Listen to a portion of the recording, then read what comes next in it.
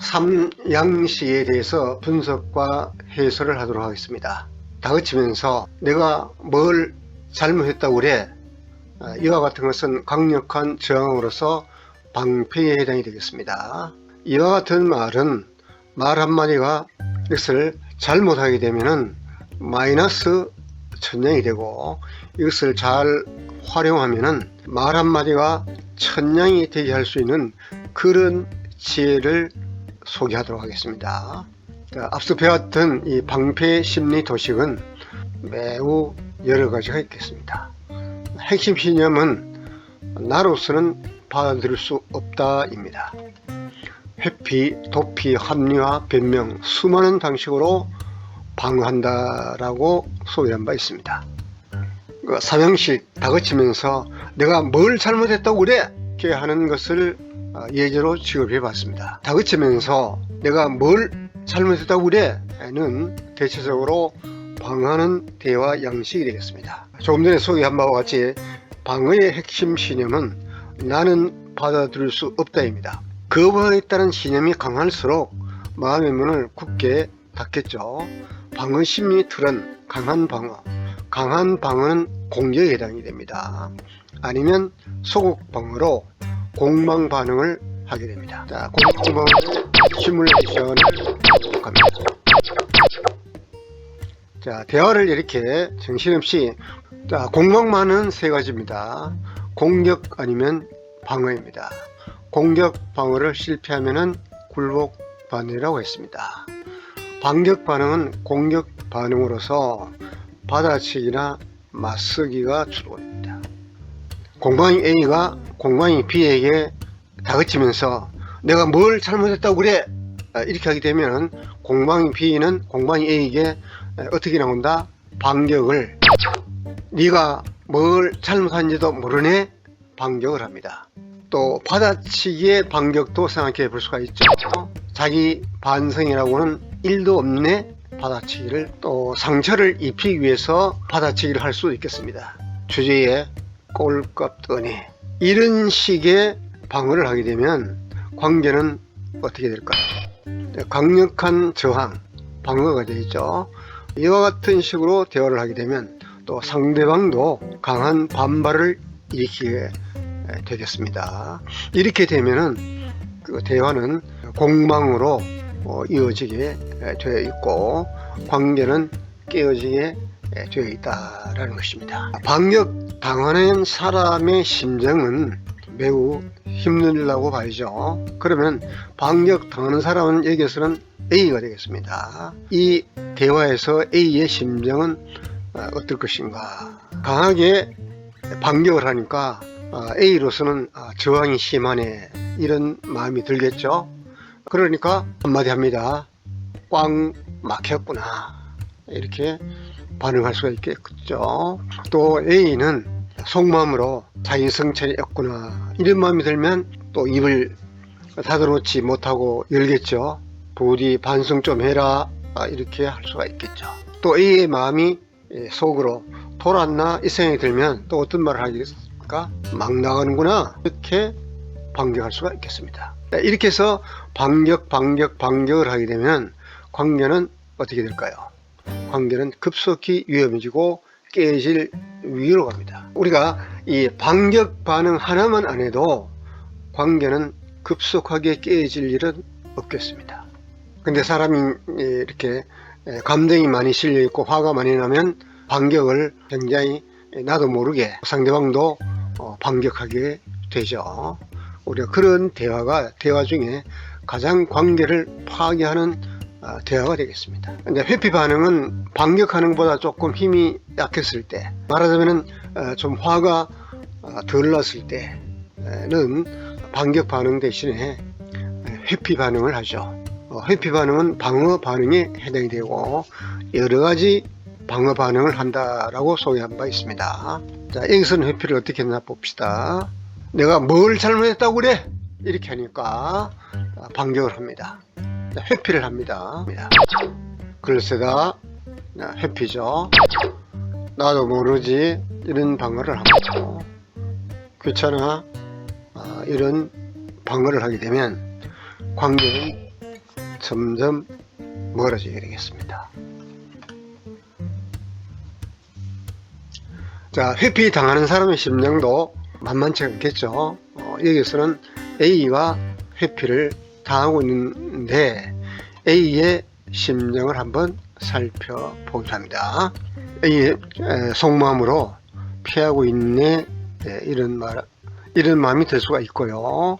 또 속마음으로 거부하고 있네, 이런 말이 들으니까 A가 자연스럽게 모른다라는 게 말이 돼, 이렇게도 한마디 하게 되죠. 그러니까 또 회피 반응에 또 비슷한 회피 반응을 하게 되겠습니다. 그 다음에 무시하네, 이렇게 할 수가 있고요. 이렇게 회피 반응을 주고받으면 관계는 어떻게 될까요? 관계는 점점 서먹해지고 멀어지게 되겠습니다. 굴복 반응은 공격하지도 못하고 방어하지도 못하고 그럴 때 상대방에게 굴복하는 게 아니겠습니까? 굴복자는 여기서는 B가 되겠습니다. A가 공격을 했고요. 자, 그러면 보도록 합니다.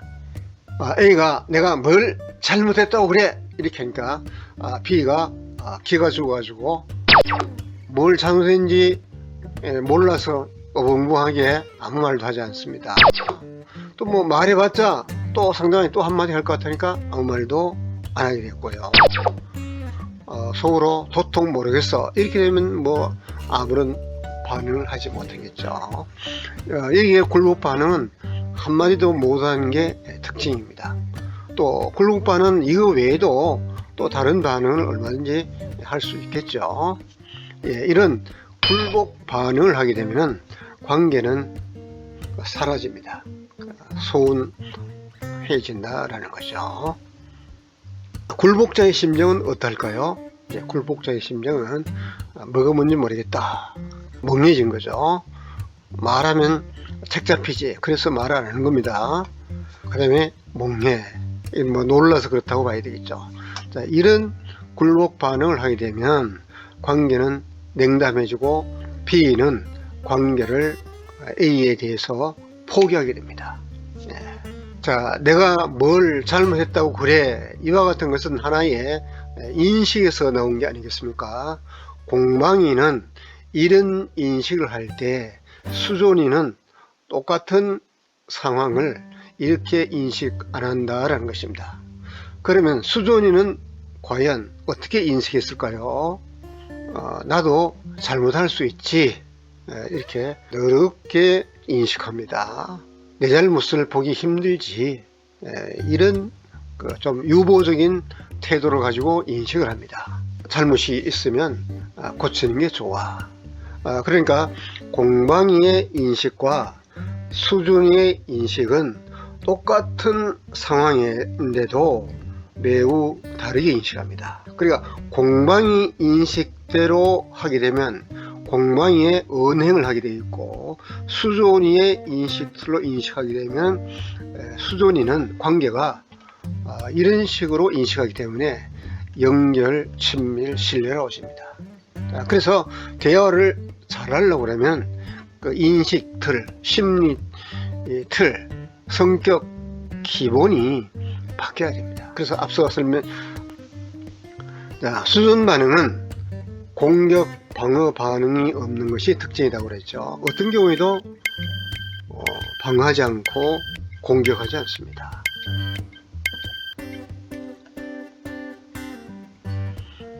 사고 반응은 동반응이라고 했죠. 심증 반응은 은 반응이라고 했고요. 원한 반응은 황금 반응이라고 했습니다. 자, 사고 반응은 상대방의 견해, 상대방의 의견, 주장에 대해서 반응하는 것입니다. 자, 한번 해보도록 하겠습니다. 내가 뭘 잘못했다고 그래, 이렇게 했을 때 사실 그대로를 인정해주는 그런 반응이 되겠습니다. 네 잘못이 없다고 생각하는구나, 이렇게 반응합니다. 또 상대방 입장을 감안해서 반응할 수도 있겠죠. 무엇을 잘못한지를 모르겠다는군, 이렇게요.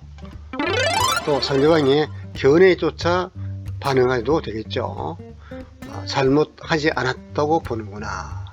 자, 이렇게 사실 그대로를 또 상대방 입장을 상대방의 견해에 맞추어서 있는 그대로를 수용하고 존중하게 받아들이면, 이런 관계를 하게 되면 관계는 자연스럽게 연결이 된다라는 거죠. 앞 시간에 우리가 반응을 아무리 못해도 최소한 이 동반응 정도는 할 수 있어야 된다, 그런 얘기를 강조한 바 있습니다. 사고 반응을 받는 사람의 그 상대방의 심정은 어떨 건가? 여기서는 A가 상대방이 되겠죠. A의 심정이 잘못이 없다는 생각을 하고 있군, 이런 또 있을 수가 있고, 뭘 잘못한지를 모르네, 또 이런 심정일 수도 있고, 잘못에 대한 인식이 없군, 이런 심정이 될 수가 있죠. 왜 그럴까요? 있는 그대로를 받아주기 때문에 또 그 수용받는 심정을 가지게 되는 거죠. 우리가 동반응을 하게 되면 한마디로 수용받는 느낌을 해주게 되는 것입니다. 그래서 우리가 아무리 못하더라도 동반응 정도는 할 수 있어야 되겠다. 동반응 정도만 해도 관계가 연결이 되고 관계가 유지됨으로써 관계가 깨어지는 일은 없다라는 겁니다. 동반응보다 심정 반응하는 것이 더 관계를 좋게 할 수가 있겠죠. 심정 반응은 앞에 소개한 바와 같이 느낌, 감정, 정서에 반응하는 것으로서, 여기에서는 내가 뭘 잘못했다고 그래 이렇게 했을 때 상대방의 심정에 반응해 줍니다. 답답해 있구나.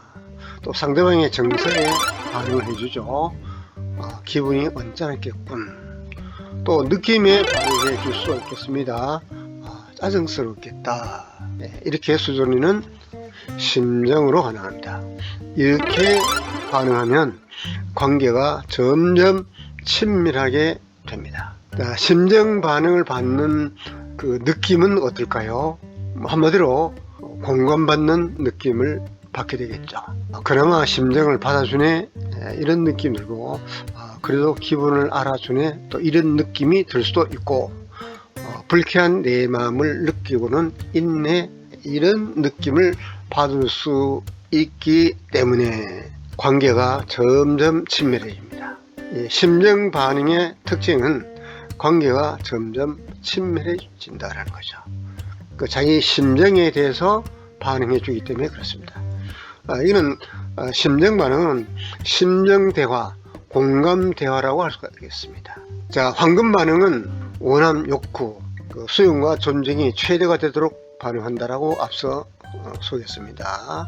자, 여기에서는 내가 뭘 잘못했다고 그래, 이렇게 강한 저항을 할 때, 이것도 일종 저항이면서 공격이죠.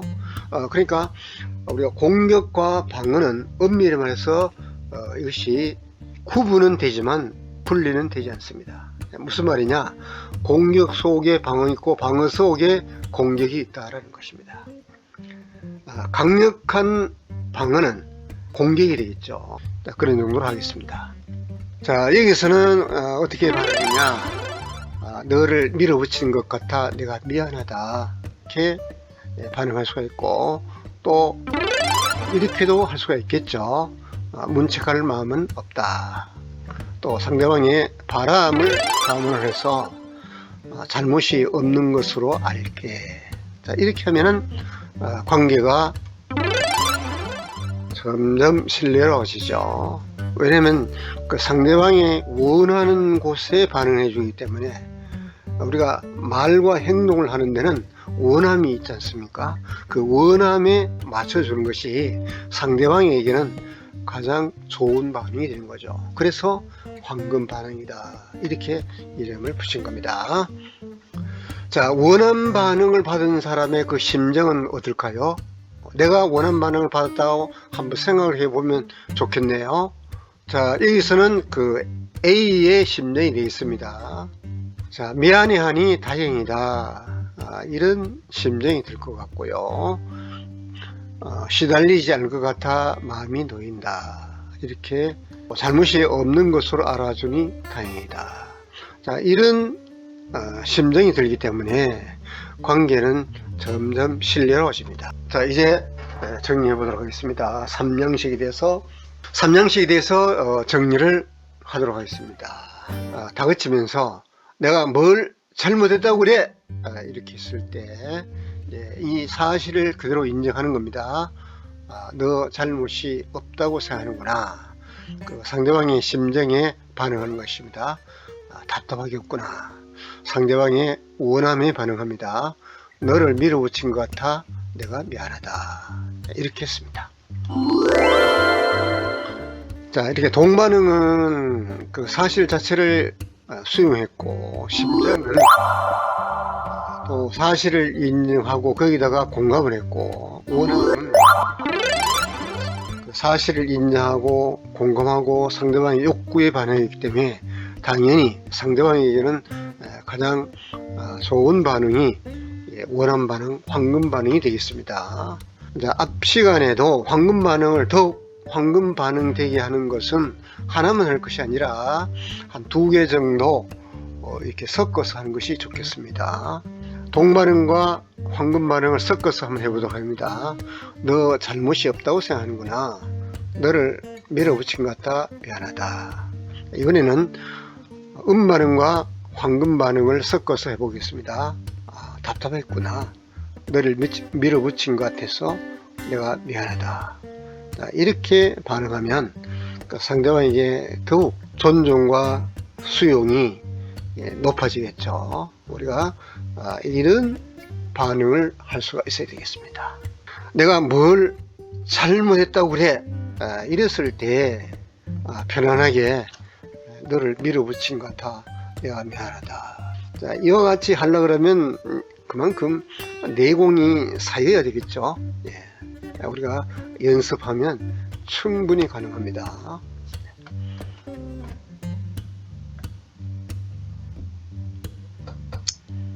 대화 반응 검사는 미리 하지 않으면 내가 어떤 유형이다 하는 것을 잘 모르기 때문에 미리 검사를 받아 두시면 좋겠습니다.